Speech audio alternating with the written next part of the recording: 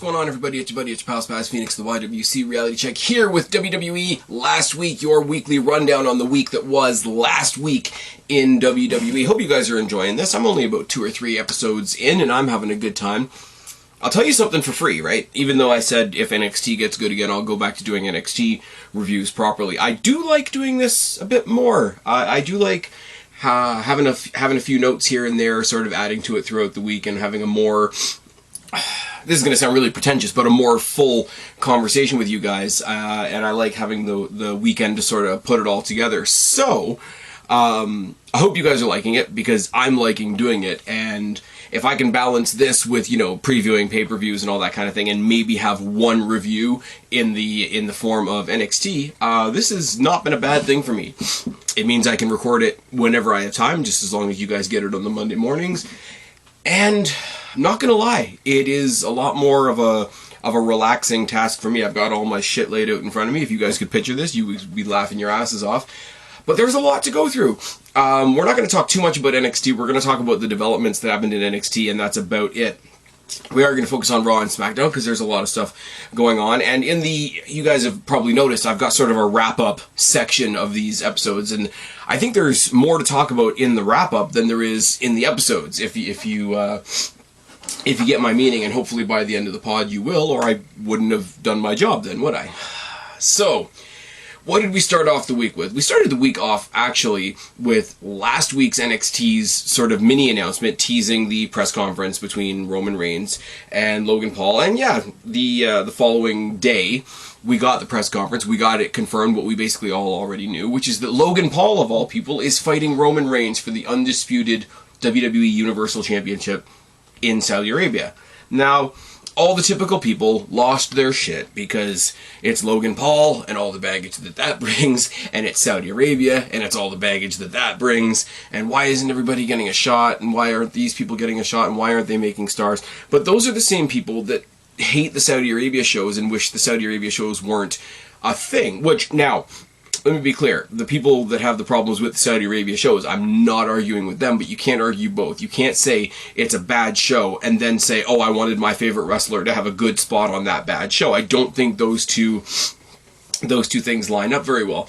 But you did get the press conference, and it was pretty cool, because Solo Sikoa, we'll talk about it, for 1 week held the North American Championship, and so it was pretty cool to have Roman come out and lay down all his belts on the table, and the Usos come out and lay down all their belts on the table, and Solo Sikoa to lay his belt out on the table, and to have Logan Paul on the other side with like one of his reps, and that was about it. Big battle of words between the two, and Logan Paul called himself the table, which everybody memed the fuck out of almost immediately, which is fine and wonderful. And you look at the graphic for this, and I get it, but I don't at the same time. Like, we are living in wrestling's like weirdest possible timeline right now. We're still reeling from the fact that Vince is gone, Triple H is taken over, a lot of things are getting better, a lot of things are coming back that we're going to talk about shortly. We're reeling from the fact that AEW is in fact a shit company and will treat you like shit unless you're one of the elite. People are leaving AEW. Imagine that, you know, big bad scary WWE and AEW people are jumping ship. Oh yes. Not going to get too much into that. I am going to do something at some point about the whole like AEW like fucking over CM Punk, but I'm hopefully going to have Guapo along for the ride with that, or else that video is just going to be a rant, and as much fun as that would be, I would rather have a concrete breakdown of how they're stupid, and he might help with that, so that'll be something to look forward to on another day when the scheduling gods like us and I can sit down with Guapo and we can get something recorded. We will tackle that. But in the weird, wacky, alternate timeline version of pro wrestling that's currently happening, Roman Reigns versus Logan Paul doesn't even scratch the surface of being one of the biggest stories this year, or one of the biggest weird what the fucks this year. So go get it out of your system. Get oh my god, the Saudi Arabia shows are still a thing. How can they be doing this? I mean, we perfectly know that they have a 10-year contract, but we're going to act shocked and surprised and dismayed every single time. Go ahead, cool.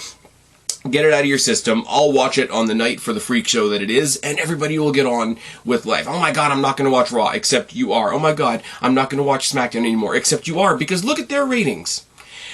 SmackDown's ratings are more than twice what AEW marketed their biggest Dynamite of the year as in ratings. Oh, the demographic, the demographic. Okay, but numbers are numbers, so eat it.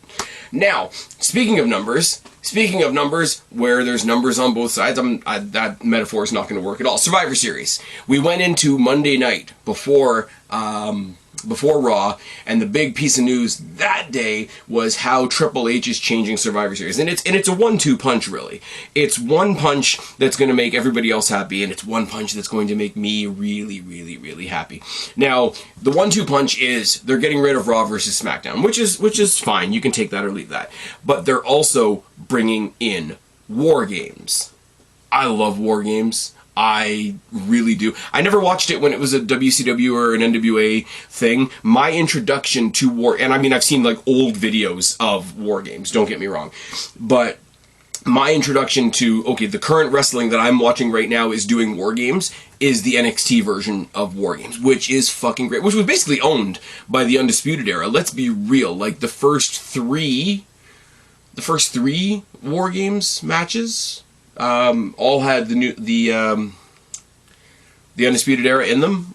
Wasn't one of them? One of them was when it was the 3-on-3-on-3, and then the rest of them were one half of the match. I think I could be wrong. Don't quote me on this because I didn't look it up. I think the first War Games that didn't have Undisputed Era on one side of it was the Women's War Games match, which was also fucking awesome. And that was part of that whole Survivor Series weekend where it was NXT versus Raw versus SmackDown at Survivor Series. So those two shows kind of melded together, which was another awesome thing. Now, if they fix NXT, I wouldn't mind a proper NXT versus WWE full stop as a Survivor Series thing. Do it once. Don't make it what you do every year. Don't make War Games what you do every year. But the other part of this, and the other part of it that makes it a bit fun, is if you're doing War Games, that means the entire show has 2 rings, and you can have a lot of fun with that.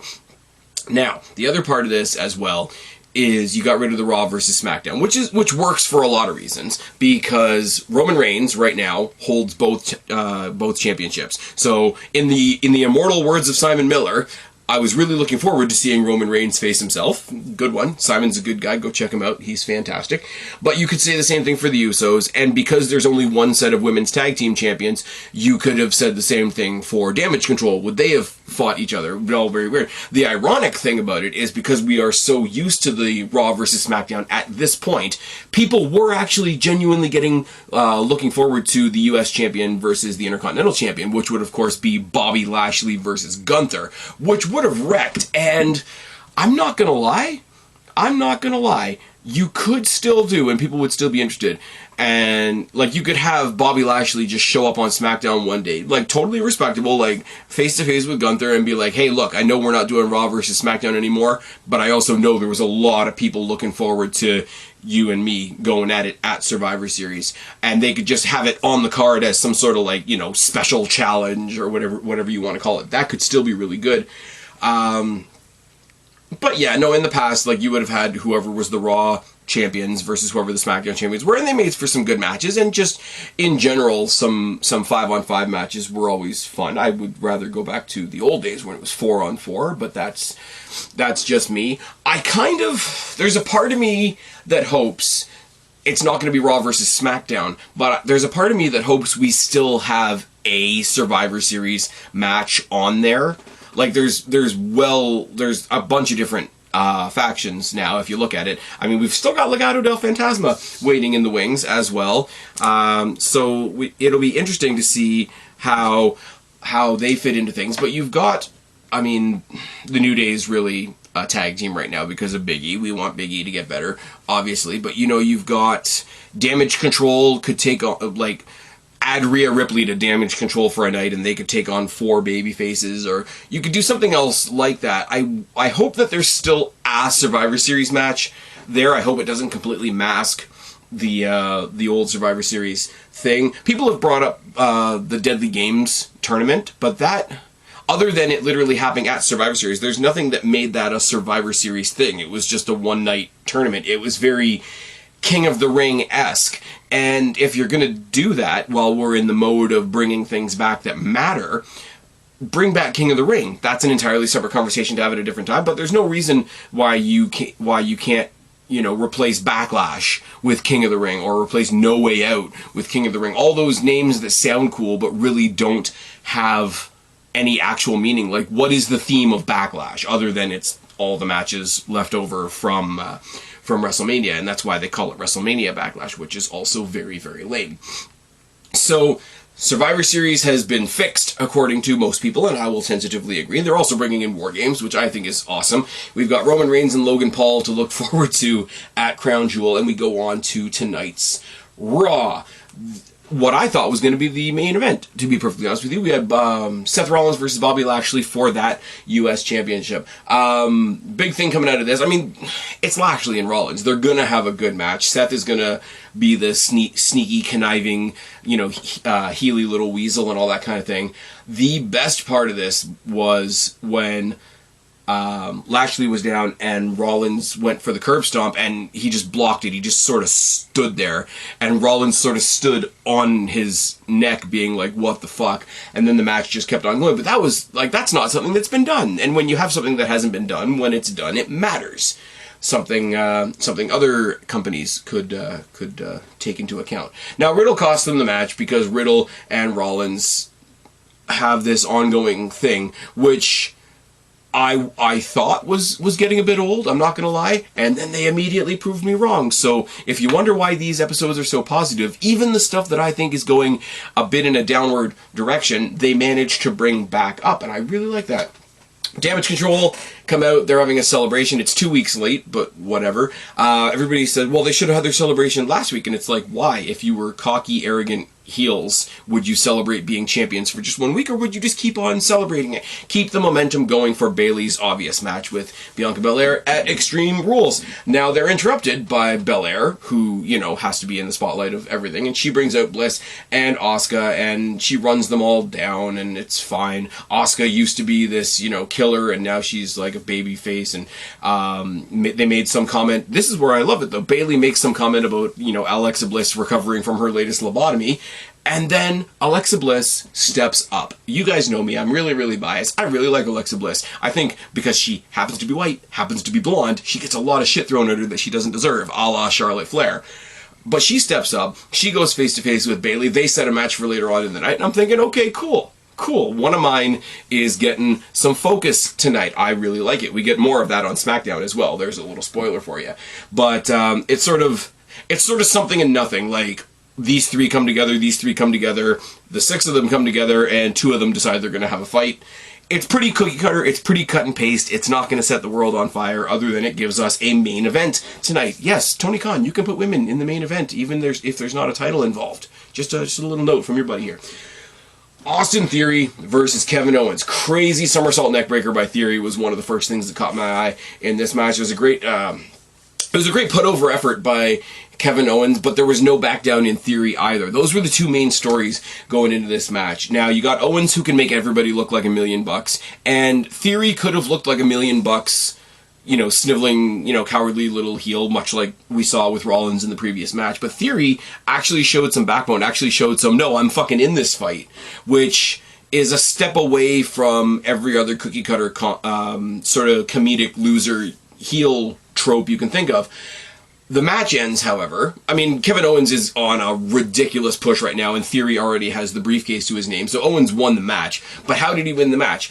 Theory, finally, after putting up a pretty fucking good fight, I have to underline that. Like, Kevin Owens is on a tear. This is the Kevin Owens story, for the most part. But it is also the slow fixing of the Vince McMahon ass-kisser version of Theory. Like, there's under the radar, they're fixing that as well. He's still an asshole, he's still annoying, but he's an asshole that is going to come and fight you if you bring the fight to him like Owens did. How did he lose, though? He lost because he found himself in a downward spot. He went for his briefcase, and out at ringside pops Johnny Gargano to stop him, to pull the briefcase away, to have him do the comedy wide-eyed reaction, and Owens gets the win. I think he hit him with the cannonball. Sorry, I didn't write down the finish because I'm smart, but I think he hit him with the cannonball and then the pop-up powerbomb. Also love that they've got him bringing back the pop-up powerbomb, which is nice.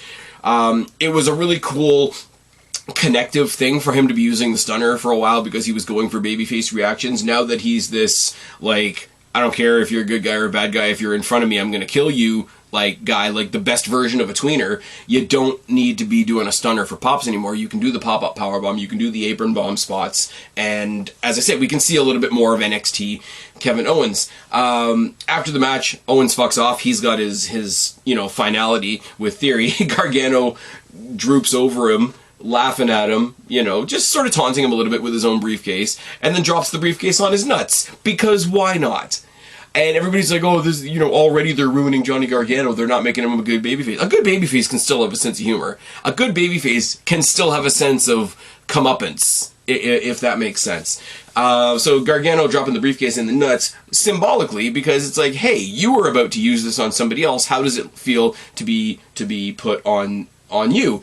And it goes to the promo that Owens cut the previous week about, guys like me, guys like Gargano, and guys like you. There's a big difference. There's a million guys like you. There's one Johnny Gargano. There's one me. So while Gargano is going to get involved because he wants to fuck with Theory, because that's the thing moving forward, he's also got to have a mutual respect with Kevin Owens, because they are cut from that cloth. And as a tag team partner, which we're going to talk about later on, he doesn't quite have Ciampa back yet. Ciampa's doing Miz stuff still, which is fine. We recap the Roman versus Logan press conference that was done last Saturday. We've already been through that. And then, because they're the #1 contenders, the Brawling Brutes are on Raw for reasons, and without Sheamus. Now, I will say, the Brawling Brutes coming out to what is basically Sheamus's music is kind of funny, but I've been discussing this with friends of ours, friends of mine, friends of yours, friends of the channel, who are not necessarily watching WWE right now, and it's really funny, specifically since Clash at the Castle and Sheamus's battle with Gunther, how his sudden uptick in popularity has spilled over to Butch and Ridge Holland. I should say Pete Dunne, but it is what it is. Now, they come out and they're basically bragging about how they're going to beat the Usos on Friday. We know that's not going to happen, but it is what it is. They get confronted by the Street Profits, and they have a impromptu, I put it in tight air quotes because everybody's in their ring gear, really, really good match. Super athletic stuff from Montez Ford, super athletic stuff from Angelo Dawkins. Commentary does their weird, we need to push Angelo Dawkins because we know you all think he's the Jannetty of the group, and I'm just like, the more you do that, the more it becomes obvious that this is the guy you're worried about. So that's in an overall Street Profits story going forward thing, but it didn't take anything away from this match specifically. Butch is going back more and more Pete Dunne stuff, the finger stuff, the arm stuff, the joint manipulation, the sort of like the gritty submission type stuff that he was doing as Pete Dunne rather than Butch. He's Pete Dunne in everything but name now. They've gotten off of this, like, making him this, like, rabid, like, Shaggy Doo type character, and they've got him close to being back how he was. And him and Ridge Holland, despite how different they are a really good team. Now, the three of them together with Sheamus are a great trio, don't get me wrong. Hell, WWE Trios champions right there, why not? Don't we hand those belts out like candy these days? That's right, but at least they don't run the company. Moving on.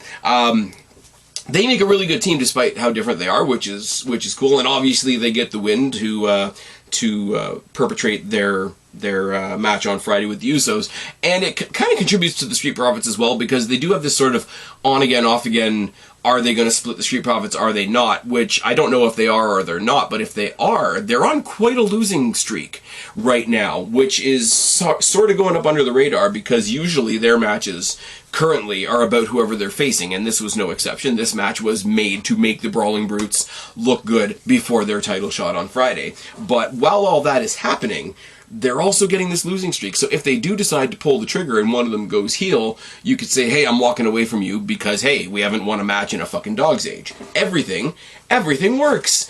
Alpha Academy are trying to threaten Johnny Gargano in the back because he cost their friend Austin Theory a match, and they try to get in his face, and Owens comes up behind him and says, hey, how about a match next week, since we're going to be back up in Canada? I think they're going to be in Edmonton. I think. The Rogers Center. Anyways, so they're gonna be back in Canada anyways, and this whole idea that Kevin Owens the whole idea that Kevin Owens fucks with Chad Gable when they're in Canada is a funny little side story that's going to be played up at some point, I would assume, next week. And hell, it's just a great match as well. Now, would I rather see American Alpha versus DIY? No. Well, yes, but one of them's retired, the other one's doing something with The Miz, and they both have new partners, and this is what we get. Kevin Owens, Johnny Gargano are going to destroy the Alpha Academy next week, or should I say today, when you're listening to this podcast. But it is what it is. Now everybody online is saying, well, why didn't they make it a trio? Because you know that Theory's going to get involved. And it's like, yeah, exactly. Theory's going to get involved. And him getting involved is going to be a heel thing because he's not in the match. If he's in the match, him getting involved in the match wouldn't be a heel thing. Hope that makes sense. I want him to be on the outside looking in so that when he comes in, he's a disruptive force. It plays up his role as a heel rather than just being another combatant in the match. I don't know how much clearer I can make that. I don't know why so many people found that so hard to wrap their heads around. Judgment Day versus Rey Mysterio and Riddle. The booze that Dominic Mysterio got when he tried to... Because, Judgment Day just sort of went out there and cut a promo and they all sucked each other's dicks. Let's be real. They put over Priest, they put over Balor, they put over Ripley, and then all three of them put over Dominic. And as soon as Dominic had the microphone, the boos that he got were drowning out his promos, which was fucking great. And he kind of got lost, and Ripley kind of came along and said, speak louder, so that we don't have to hear this noise and all that kind of thing.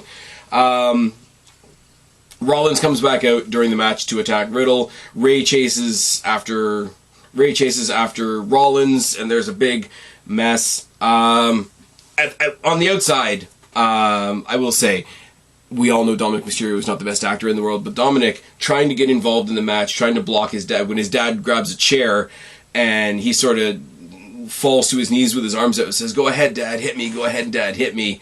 And then he goes back into the ring, and obviously they lose because numbers games is a thing, because Riddle has chased Rollins to the back. As we come back from the commercial break, we get another fun little tidbit of old NXT.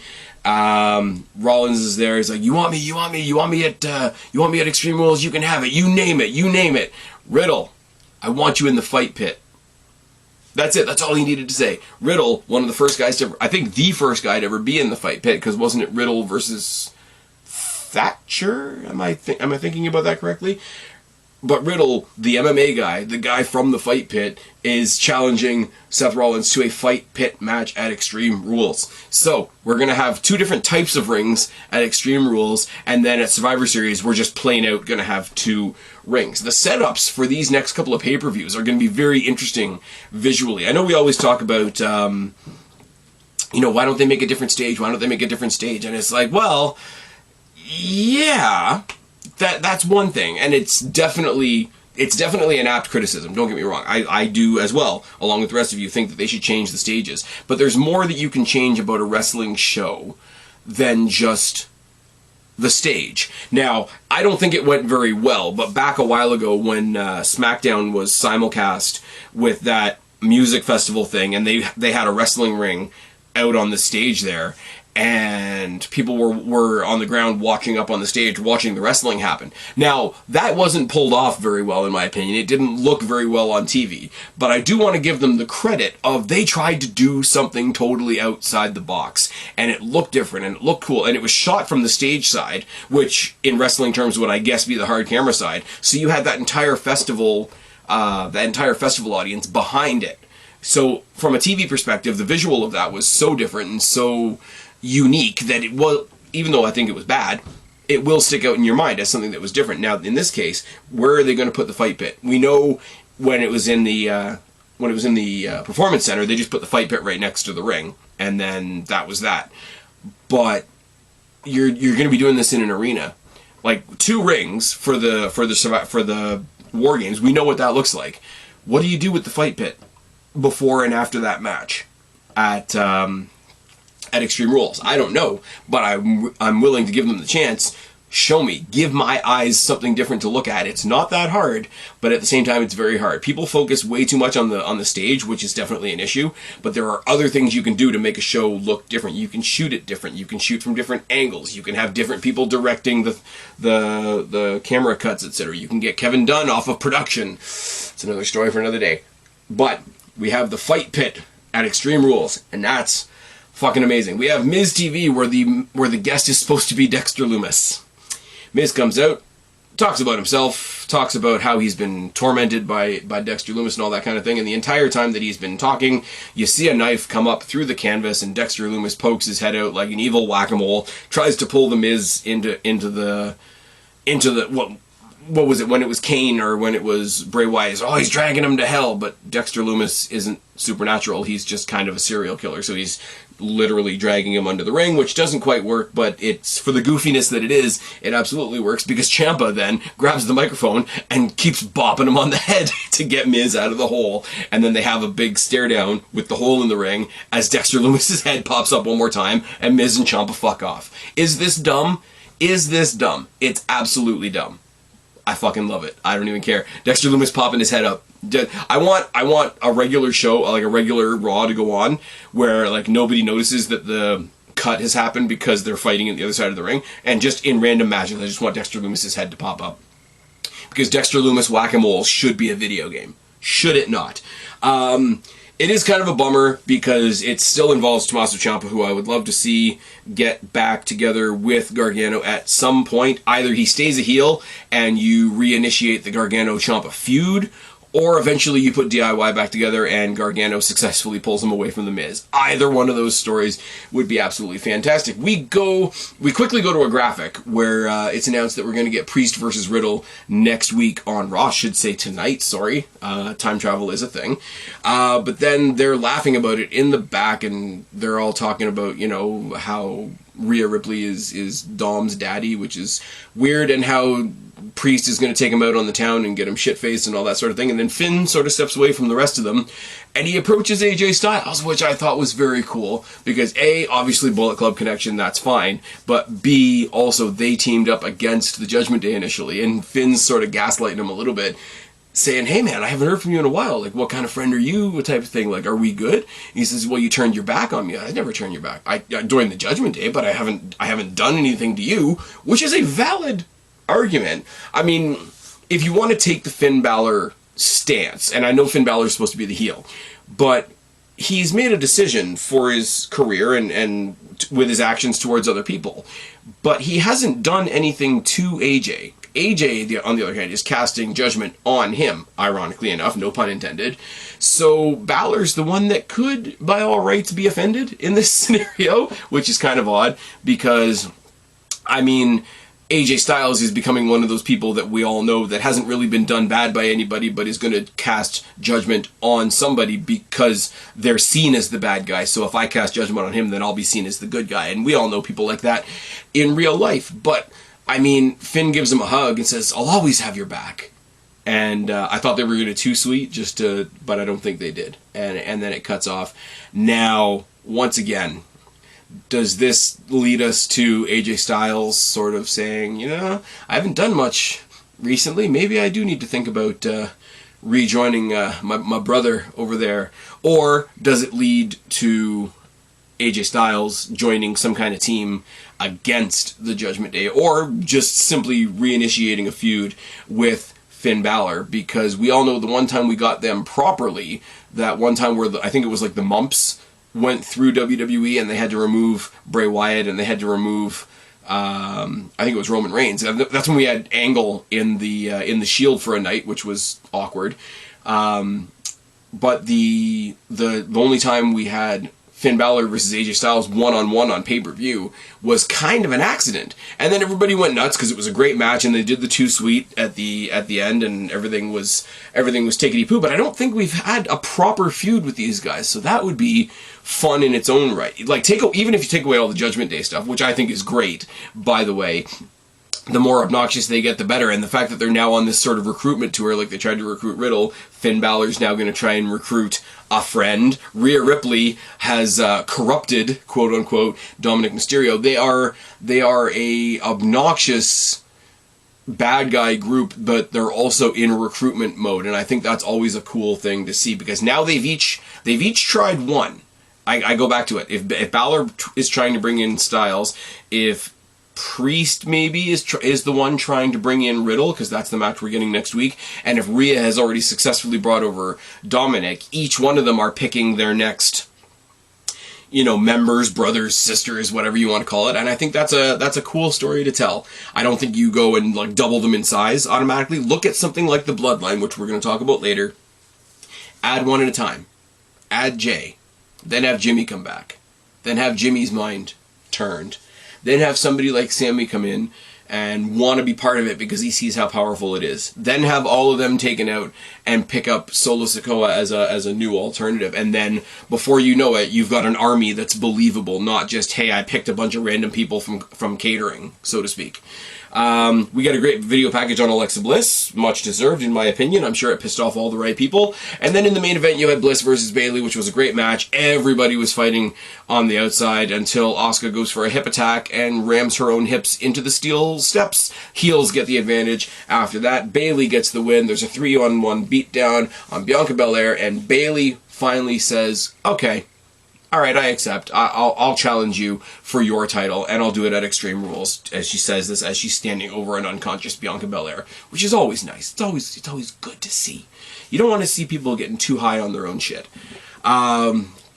The only thing we don't have, and this isn't listed on I've looked on Wiki and I've looked on WWE.com, this match is not actually technically listed on the match card yet, because I don't think they've decided yet what type of match it's going to be. But overall, we did, as I say, we did a bunch of stuff in this show. It's not anything, like nobody debuted this week, nobody did this, that, or the next. Everything just sort of moved on. Damage Control moved on. Lashley Riddle moved on. The Brawling Brutes got to move on to SmackDown, which is a slightly different thing. Gargano's return and Owens' push collectively are being moved on to next week in that tag match. The Judgment Day story moves on. Miz Dexter moves on.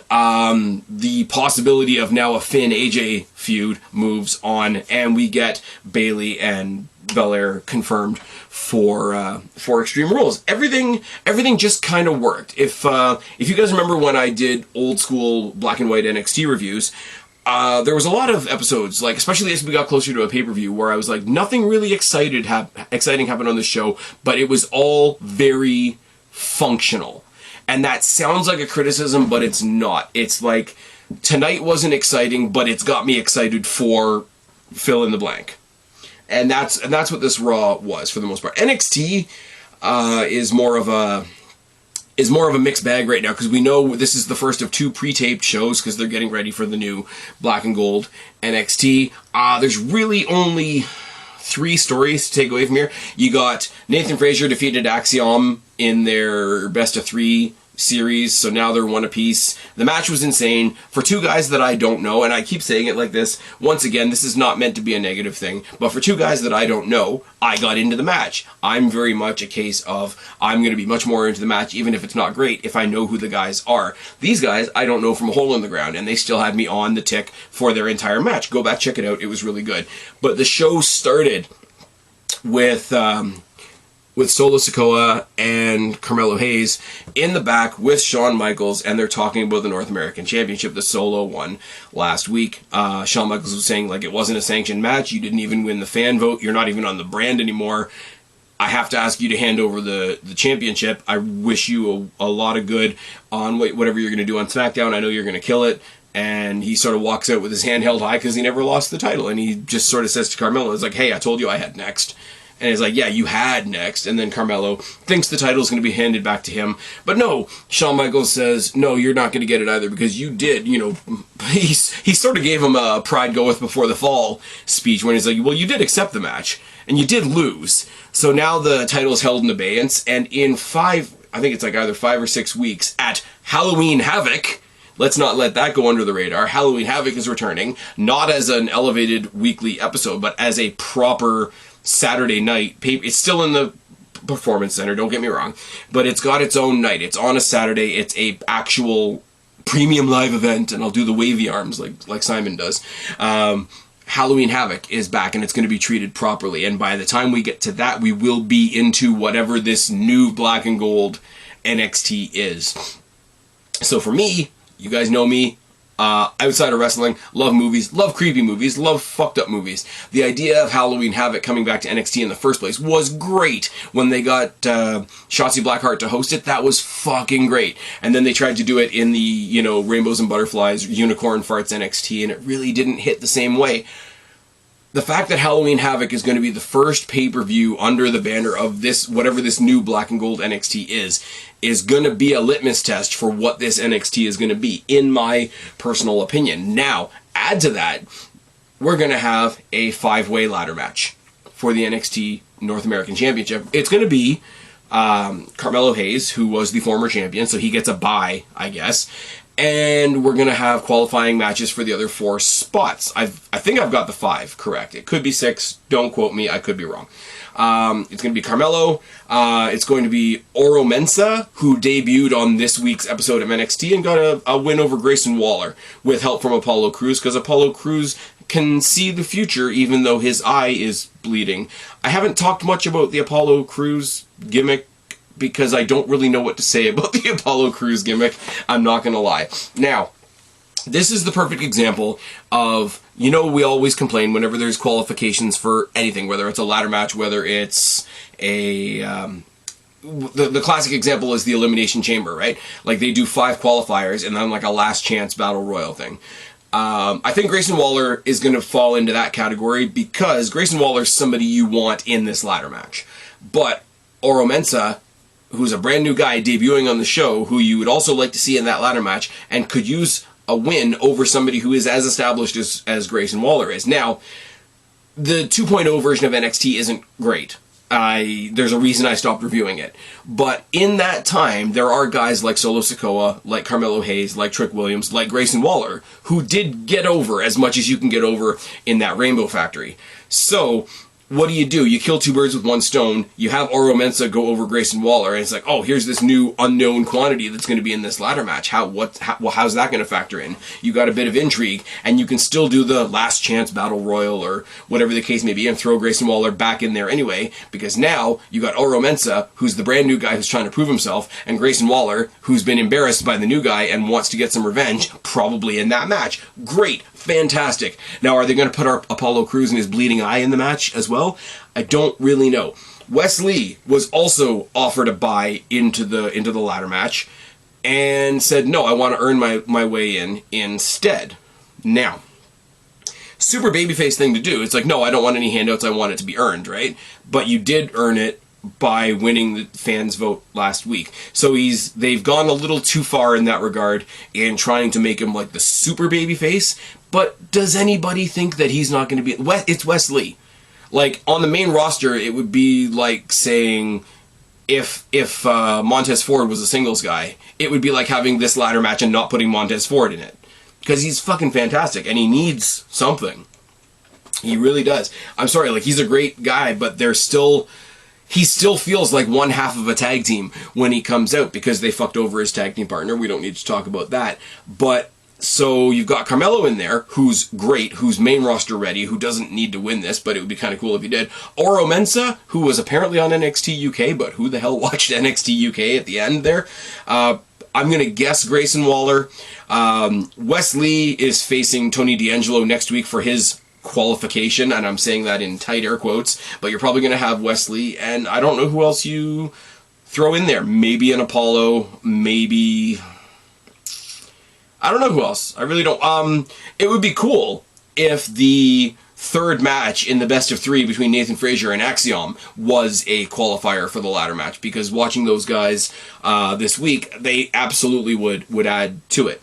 Then we had JD Drake, or sorry, not JD Drake, JD McDonough taking on Tyler Bate in a number one contenders match. And I, once again, watching Twitter, listening to what other people have said about this over the week, I will take your argument that both of these guys have already fought and lost to Braun Breaker.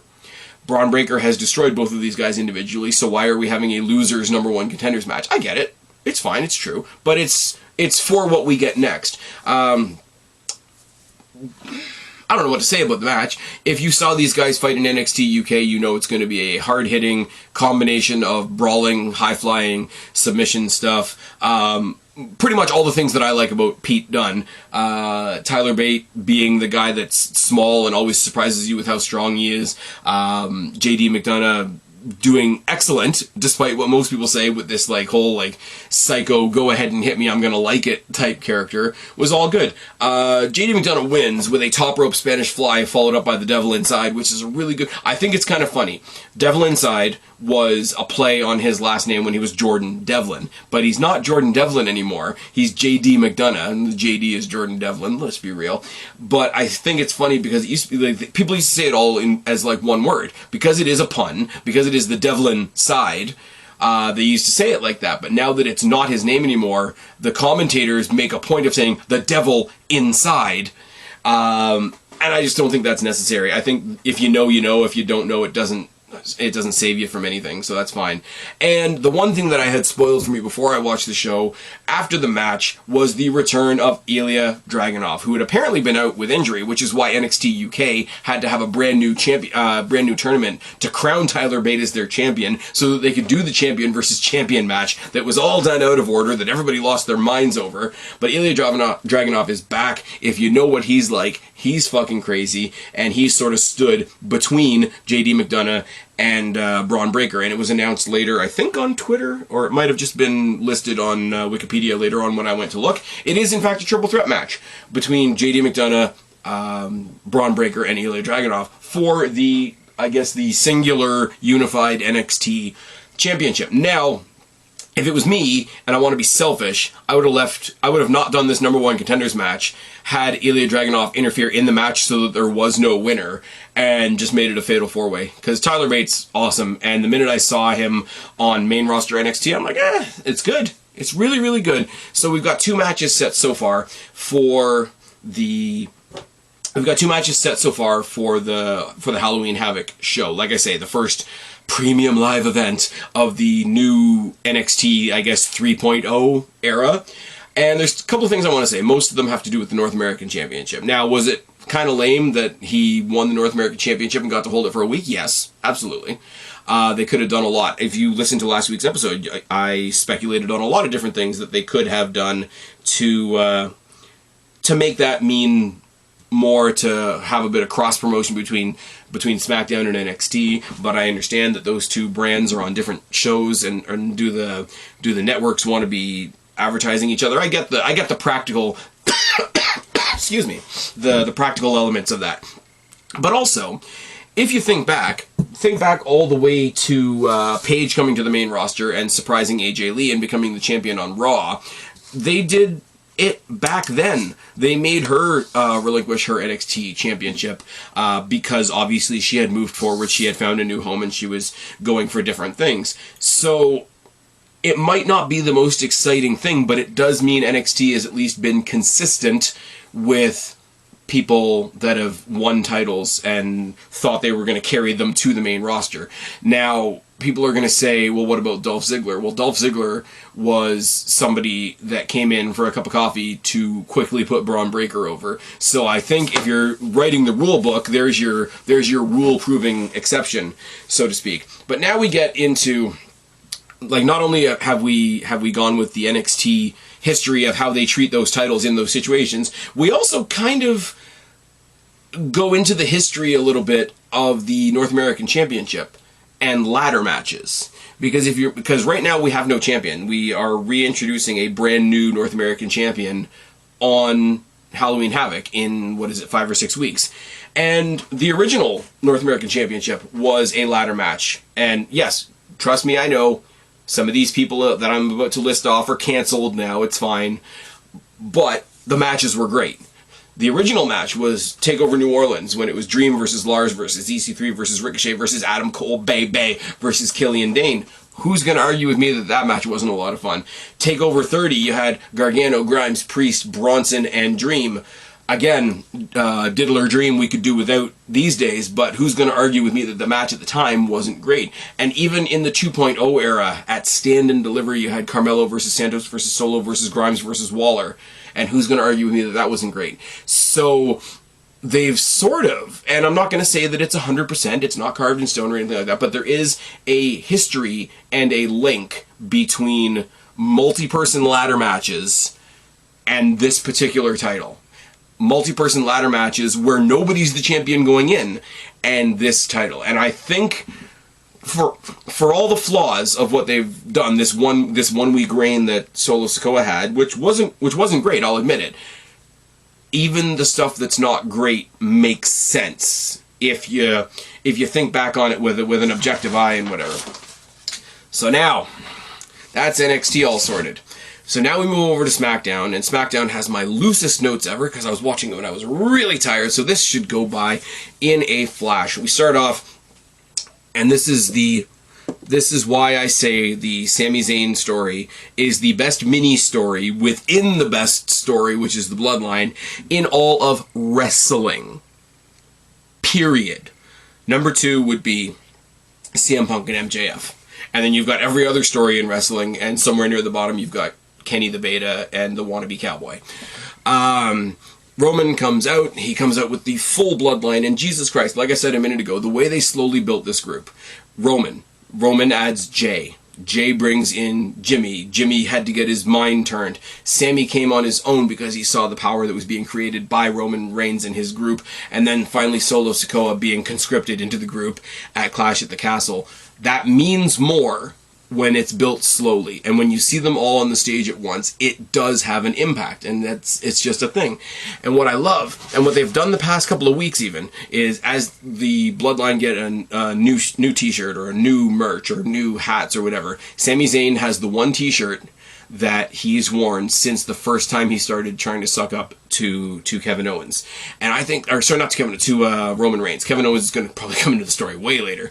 They come out, Paul Heyman puts over, sorry, they put over the tag team title match later on tonight. They put over the Usos. Usos get put over again later on in the night as well.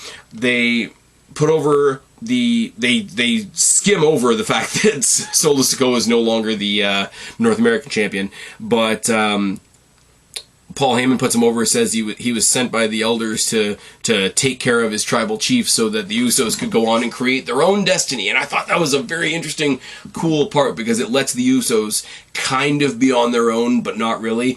And Roman calls them to the front and he says, yeah, you might have been sent by the elders, but you work for me now. You know, pledge your allegiance, all that kind of thing. And he says, you know, I acknowledge you, my tribal chief. There's a big hug and whatever. And then, I'm sorry, the best piece of wrestling cinema I've seen in a long time. They're all celebrating. They're all in a good mood. They're all getting ready to go back to the back and, you know, pop bottles or do whatever Samoans do. And then Sammy grabs a microphone. And Sammy just looks, he's got this look about him that's like the bug eternally waiting to be squashed.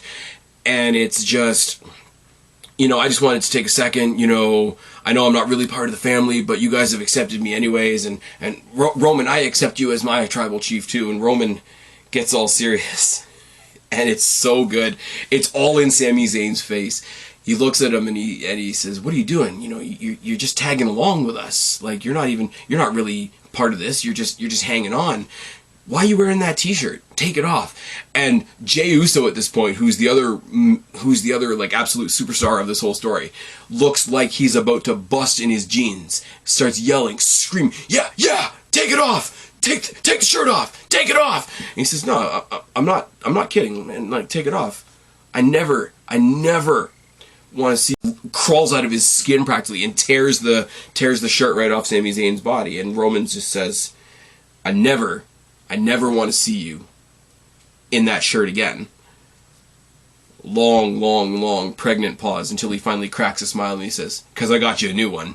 And if you've seen the stuff on WWE Shop, you know that there is a Sami Zayn honorary use t-shirt. But when he threw it to when he threw it to Sami Zayn, and Sami Zayn's just like, oh yeah, he's like the kid at Christmas.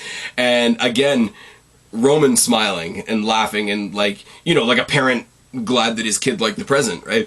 And Jimmy's like, yeah, giving him a little salute from behind, and Solo's like, yeah, like pumping his fist a little bit, and even Paul Heyman's sort of like giving the wise man nod, and Jey Uso's in the corner fucking eating his own soul alive. And this is the greatest story going on in wrestling right now. This is the greatest, most consistent story we've had in a while, because we've gone now from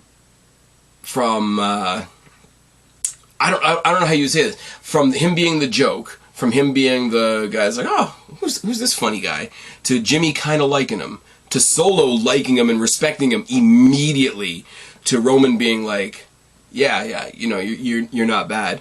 You could see a story in the future where Jey Uso loses his shit on Sami, and all the rest of the family turn on Jey, instead of turning on Sami, who's like the actual outsider, and him just having a breakdown. And I think before we have the actual fallout, if there's going to be a breakdown of the bloodline, before there's an actual fallout, I want to see Jey Uso just like lose his shit, because of all them that have fallen under Roman Reigns' banner, so to speak, he was one. He was the right hand man. He was the, you know, main event Jey, and for now, he's like the one friend in the group that sees how annoying one of the other people is, and everybody else loves them, and it's like nobody else gets it but him. And it's so fucking good. But at the same time, Sami Zayn has gone from somebody who just like wanted to weasel his way into Roman's group for, you know, to advance his own thing, to somebody who genuinely wants to be there. So Jey Uso is now mad at Sami Zayn from a month ago. So the like I say, I keep going back to it. I keep saying the same thing and finding different ways to say it, but the way they've played this story off, and none of the people in this group have fought each other, really. Like, Solo hasn't fought his brothers, Roman hasn't fought his cousin. I mean, Roman fought Jey before Jey fell into line, but I don't think any of them have individually fought Sami Zayn. I just think for there to be this much drama between now 6 guys, if you want to include Paul Heyman, and none of them have actually laid a hand on each other, it's fucking brilliant. Like, I don't care. Like I say, Kenny and Hangman can suck my dick. This is a better story than, oh, I lost a match, I think I better go get drunk with my buddies for a while and knock up my wife. It might get me a title at the end of the day. That's not a story. This is a story. And the pity that you felt for Sami Zayn, the relief that you felt for Sami Zayn, the immediate sympathy you felt for Jey Uso because he's about to lose it, is real, because they've made it real, and it's so fucking good. And it's not the last time we're going to talk about them tonight. Liv Morgan defeated Lacey Evans, which is kind of everything and nothing, because I have no idea what they're doing with Lacey Evans right now. She came out with like war-colored like face paint on like one side of her face, but it was smudged, so it looked like she had a black eye on her forehead, which would, I guess, just be a bruise. And I kind of sound silly now that I've said that. And things are falling. Yay! But the match went a decent amount of time. Both ladies in the match were good. Lacey Evans is not a bad wrestler. Liv Morgan is a fan favorite that is carrying the crowd in the palm of her hand, depending on who you talk to. But it gave the commentary way too much time to say, yeah, I mean, she's the champion, but, like, she's way over her head. I'm like, don't spend an entire match saying that while she's beating somebody. And then, obviously, she beats Lacey Evans with that inverted facebuster thing she does off the ropes that I can't... The Oblivion! There we go. Thank you, brain. And all the time, the commentary people are saying, like, well, she's such a nice person. She doesn't have a mean bone in her body. She can't go extreme. And then she brings out a kendo stick and absolutely beats the ever-loving shit out of Lacey Evans, who didn't do anything to deserve it other than being the de facto heel in the match, and then put her through a table with a senton, which is kind of funny because she's not the biggest person in the world, and yet she still makes a senton through a table work. Sasha Banks, how come you couldn't do that in Hell in the Cell? Just asking for a friend. Ongoing story throughout the night was Shinsuke Nakamura, Hit Row, and the Street Profits having a SmackDown watch party in the back of SmackDown, and throughout the night, various people show up. I mean, B-Fab is talking to Sonya Deville at one point. I think Drew Gulak shows up at one point. The Lotharios are told to leave after they hit on B-Fab, and then they come back later on in the night and superkick everybody. So that was, again, kind of everything and nothing, but I think they're trying to give the Lothario something to do. It gave multiple hits of screen time to Hit Row and the Street Profits, and like I say, Shinsuke's kind of there, which is nice, I guess. Madcap Moss and Ricochet in the back tried to talk to Sami Zayn about how he's been brainwashed and how he's not really part of the bloodline and rah-de-rah-de-rah-de-rah. And then Solo absolutely trucks these guys into the wall. I hate using that because I think people overuse it, but in this case it's absolutely true. They're standing in front of those big metal bay doors, and we all know the only reason you do the attack in front of the bay doors instead of the wall, because that bay door, when it's hit, it makes a rattling sound. So like for the audio of a backstage segment, you want to do it up against something like that. But he owns them. It's funny because you can see on Twitter, people have passed the clip around. He takes Ricochet by the head and sort of bounces his head off the door twice, and the third bounce Ricochet does on his own because he's not holding his head anymore, and it does look a little bit comical. But it's the first sign really of Sami Zayn on his own and somebody from the bloodline having his back, and I thought that was so important, and I thought it was so cool that it was Solo rather than Jimmy even, because Solo's the newest guy to the group, and if he immediately takes a liking to Sami Zayn, that adds to the story as well. We get a great video package on the unified tag team title reign of the Usos, narrated by Paul Heyman. I think they've played this one before, if I'm honest, but excuse me, it's really good. WWE's really good at video packages. It's fine. And then, yeah, it sets us up for the main event later on tonight. Strowman versus Otis was a thing, was it not? Kind of cool because it wasn't a complete squash, so it got us a chance for us to see Otis in a singles match, which we haven't seen in a long time, remind us what he can do. Strowman obviously beat him. Strowman obviously did the big power bomb on him once again. And, alright, my camera's flashing at me. So, we're going to see if we can make the power cord go without the camera turning off, or without the microphone turning off. That'll be nice, won't it? So, how does that work? Does that work? You guys still hear me? I might have to do something. Hold on a second. There we are. Love technology. Love technology. The ironic thing about all of this is, as I'm mostly audio now, I'm still using the microphone from my video camera. I just don't like being on camera much anymore. Not gonna lie, I had to go find an extension cord, had to go find a whole bunch of other things, and here we are, we're back. But that would have just been a second of a cut for you, so why am I telling you guys any of that? I don't really know. It might be kind of tired in here. So yeah, Strowman defeated Otis as we thought he would, but not in a way that made him look like a goof. Everybody wins. Everybody wins. You know who doesn't win? Drew McIntyre, who was apparently dealing with food poisoning on SmackDown and still put himself on an IV drip to get himself in good enough shape to come out and cut a promo. He came out, he cut a promo about Karrion Kross and how Karrion Kross keeps ducking him, which isn't exactly true because he's just not been there when he called him out, but it is what it is. He came out with a big strap. Obviously, you could tell from the minute he walked out that he was going to give him a strap match at Extreme Rules, but he cuts a big promo about what it means to be in a strap match at Extreme Rules. Scarlett comes out, does the typical entrance. Karrion Kross tries to jump him from behind, but Drew McIntyre knows better. He beats him up until Scarlett jumps in front of him to protect her man. Isn't it lovely? And then she tries to do the fireball gimmick, and it doesn't really work. It goes sort of sideways past his head. So apparently they called the rest of it on the fly. They got back into a brawl. She hit him with a low blow. Kross put him in the cross jacket, and that was the end of it. And as he was in the choke, he kept on screaming at Drew McIntyre. He kept on screaming, let it go, let it go. And everybody's like, oh, he's making a Frozen reference. I'm like, he's not making a Frozen reference. He's telling him to stop fighting for consciousness because it's a choke. But yeah, they're going to have a strap match at Extreme Rules, and it's going to be good. It could be the main event, seeing as we don't have a world title match, but that's another story for another day. Now, let me touch on the Fireball, because everybody thinks that this is a stick to beat WWE with, and it's really not. They did it back in NXT as well, when he did the Fireball to Keith Lee. Here's the thing. a normal human being can do a terrible thing. I mean, look at the States down in 2020. Lots and lots of people did lots and lots of terrible things with fire, did they not? So, oh, he used a fireball, so he's definitely trying to be a supernatural character. He's not trying to be a supernatural character. Well, he comes out to a black and white entrance. Yeah, because he said, hey, it would look kind of cool if I came out to a black and white entrance. A normal, everyday person can rig a fireball. And you know how I know that? Because wrestlers are normal, regular people that have just rigged up a fireball. And he's like, okay, I can use fire, and the fire will hurt this person.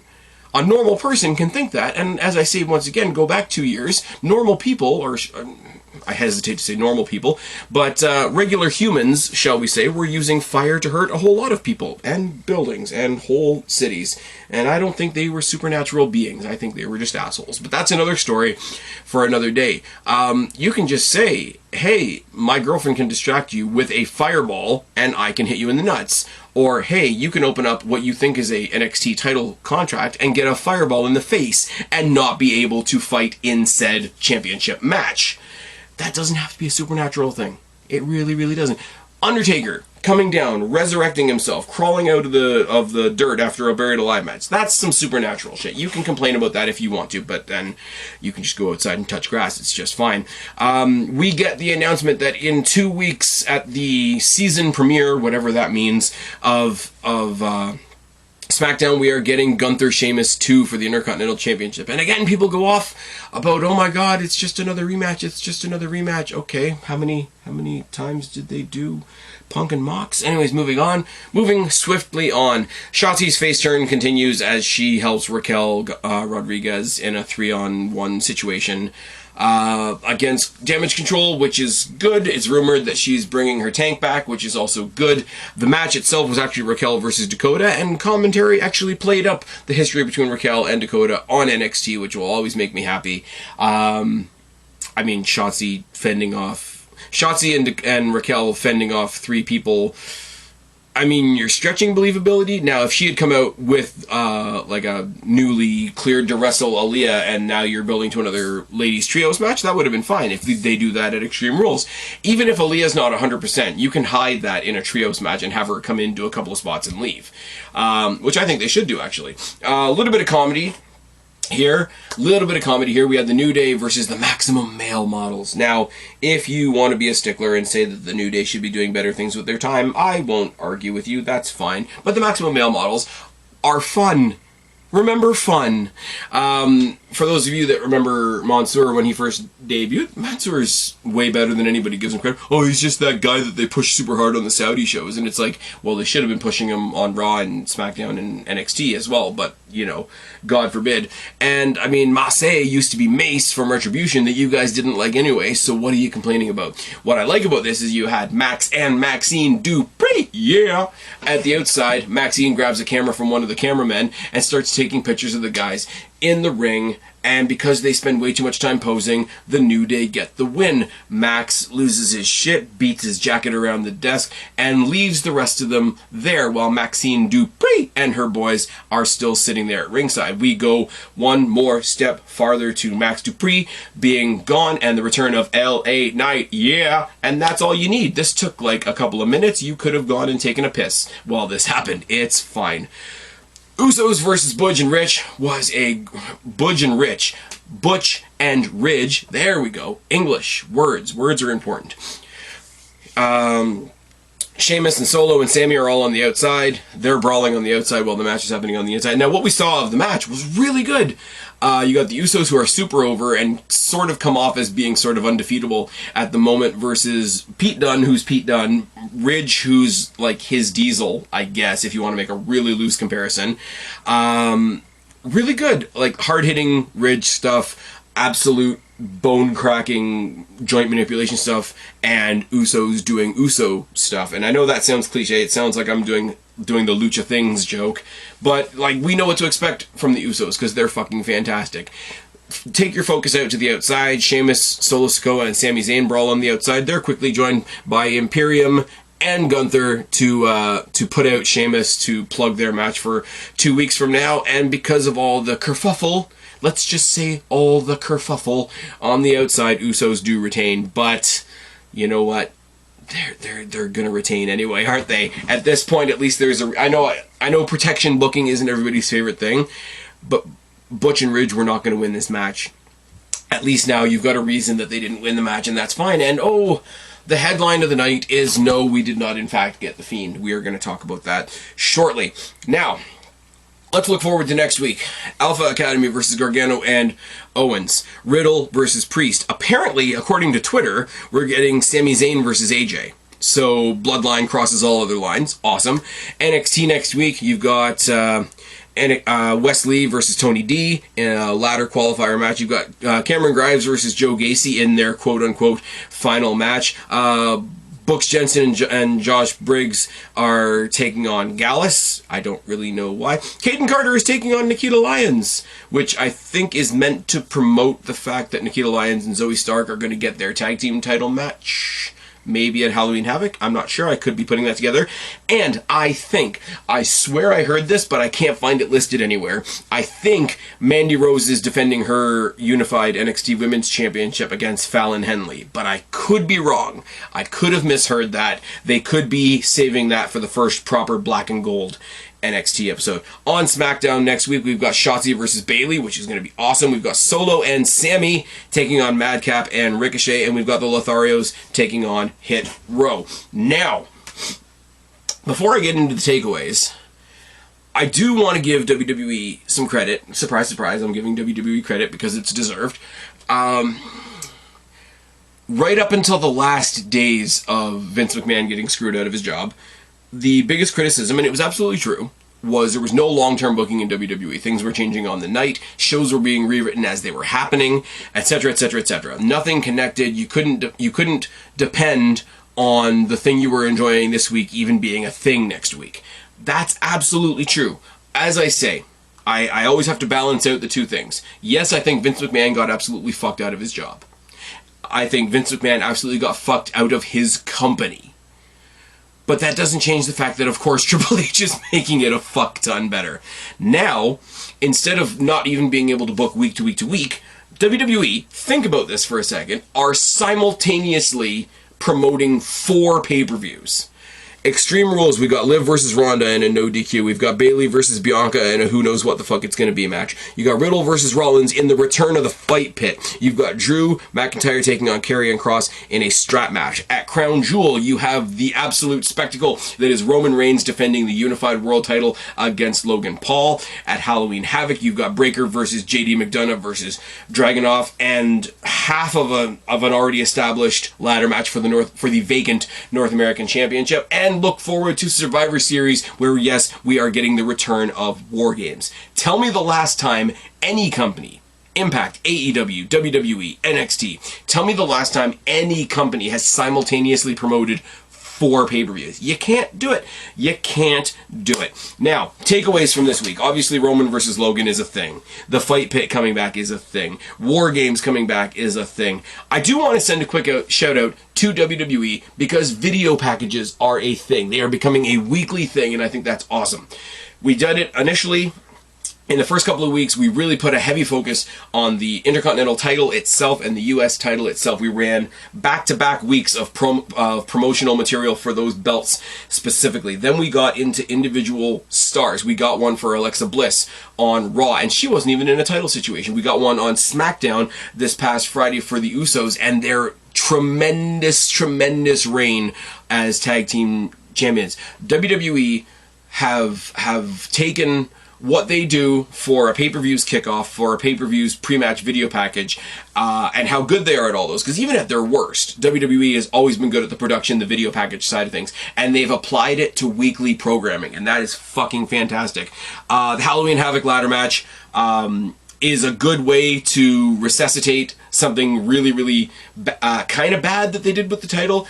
dropping it on Solo for a week for a bunch of photo ops so that all the Bloodline could have belts, and then dropping it immediately back to NXT was a little bit messy, but once again, at the first pay-per-view of the NXT 3.0 era, actually being Halloween Havoc, actually being that particular title defended in that particular type of match is fucking brilliant. It is the absolute best of a bad situation. And the last takeaway, and I think this is going to be true for a while, is just the Bloodline as a whole. The Bloodline as a group are fucking fantastic. The mini story with Jey Uso and Sami Zayn is fantastic. The way they've immediately incorporated Solo Sikoa is fucking fantastic. So the ultimate takeaway for the next while, until somebody can prove me wrong, is the Bloodline. Everything else in WWE, and you can see it by the fact that clearly we're getting the tag champions on both shows. We're getting the world title champion on both shows. We are getting Sammy hopping over to Raw this week to have a match with AJ Styles, and it's said in the layout or in the announcement of the match that he is going to have Solo Sikoa in his corner. So the Raw audience is going to put their eyes on Solo Sikoa as well. They haven't put a foot wrong with the Bloodline story, and I think it's fair to say, when you're talking about mainstream North American wrestling, there is nothing being executed better right now in pro wrestling than Roman Reigns and the Bloodline story. Now, the Wyatt stuff. They're doing the QR codes, they're doing the teases, they're doing the White Rabbit during the fact that they're doing the White Rabbit stuff during the commercial breaks so that the fans will tape it, so that they don't have to buy the rights to the song, is so fucking arrogantly brilliant. I have to tip my cap to Triple H. But all the QR code stuff led to this week, and this week just gave you a QR code to next week, and people are mad about that. People are mad about that. The more anticipation, the better. Who's had better Extreme Rules matches and who's had more wacky Extreme Rules matches than Bray Wyatt? He's going to return at Extreme Rules. Any hints you get before that are silly. They're just silly. Just silly. I'm not going to say you're stupid. I'm not going to say you're right or wrong for being frustrated or not being frustrated. You can be as frustrated or not frustrated as you want, and that's entirely your right. Not everybody's going to be like me, thank God. Not everybody's going to be like you. Not everybody's going to be like a piss pot, like a JD from New York or a Michael Sidgwick or a whoever. But that is what makes the wrestling world go round at the end of the day. I like it. I don't know what I want this to be. I'm excited regardless, because we know the creative power of Wyndham Rotunda. But Husky Harris, Bray Wyatt, Funhouse Bray, The Fiend, all of them had shortfalls, but all of them were great creative strides, and all of them were different, and all of them weren't just like slight variations of the next. It was... It's a lazy comparison, but the comparison between him and Mick Foley is completely apt. Like, Dude Love was not the same as Mankind, was not the same as Cactus Jack. Cult leader Bray Wyatt is not the same as The Fiend, is not the same as whatever Husky Harris was. And to have the other side of The Fiend be the Funhouse Bray, that was the thing about the fun, where I'll give him the credit, and I'm pretty sure it was exactly the point. As creepy and as well executed as The Fiend was, The Fiend made Funhouse Bray the more unsettling thing. It's why people don't like clowns, you know? Nothing that's pretending to be that happy is actually that happy. It was that kind of thing. I don't know what I want this to be. Do I want... Because the cult leader Bray Wyatt kind of got buried. The Fiend literally burned and got frittered away, as some people would say. Do I want to see either of those come back? Do I want to see something entirely new? I don't know. I really don't know. I don't want whatever it is to come back and then my immediate reaction to be, well, I wish it had been this instead. But who knows? I think things are a lot looser with Triple H instead of Vince. Like, that goes without saying. I think whatever he comes up with, it's not going to be a loser for sure. But I don't know. It's interesting. And we're going to cap this off now with other people that might show up in WWE in the next who knows when.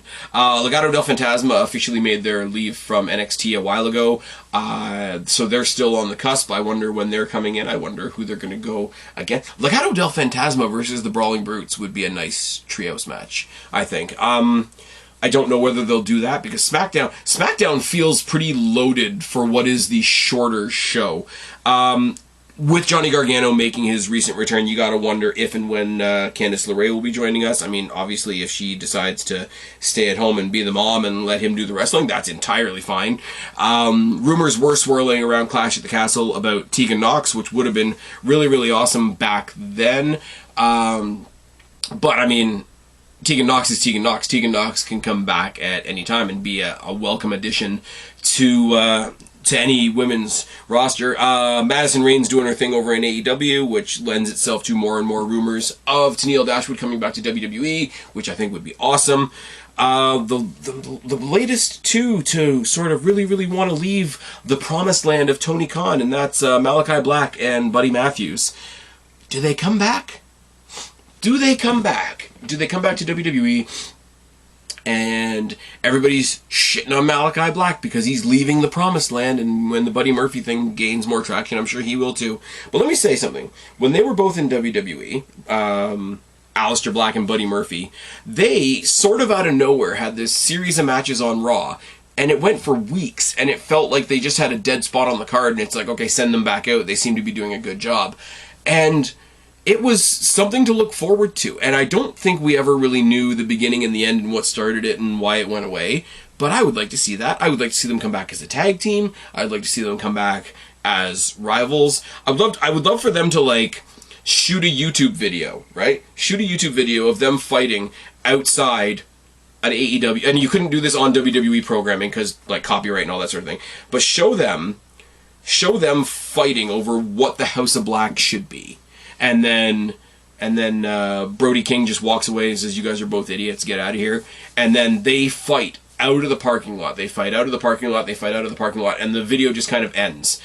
And then some Monday Night Raw, 6 months from now, two bodies out in the distance, outside of an arena, just happen to be fighting and scuffling and brawling through the parking lot. And eventually they make their way into the ring, and now you have Aleister Black and Buddy Murphy fighting on the Raw ring for absolutely no reason. And it's like, we don't know when they got here, but we can remember what they did before. And then you just take it off. And this is the one time you deliberately make it a blind thing of, like, pretend they never left. Aleister Black joins... Aleister Black joins Bray Wyatt, Karrion Kross, Scarlett, Alexa Bliss, and Dexter Lumis in some weird, like, fucked up House of Wyatt faction. I don't know, but I'm curious for what you guys are thinking. Like, what do you think of the Bray Wyatt stuff? Because we know he's coming. We know Legato's coming at some point. We hope Candice LeRae, and then Tegan Nox, Tenille Dashwood, Malachi / Aleister Black, and Buddy Murphy / Matthews. Of these, who do you think is coming back? Who do you want to come back? And when do you think we will see them? I've rambled for quite long enough, and thank you for putting up with me through technical difficulties. I will see you doing this again next Monday, but for now, as you can tell, my voice is fucking dying. I've been Spaz, your YWC Reality Check. This has been WWE Last Week. Subscribe up there, talk down there, start a conversation, keep all these conversations going, don't be a stranger. I will talk to each and every last one of you later, but for right now, I am tagging out. Bye, guys.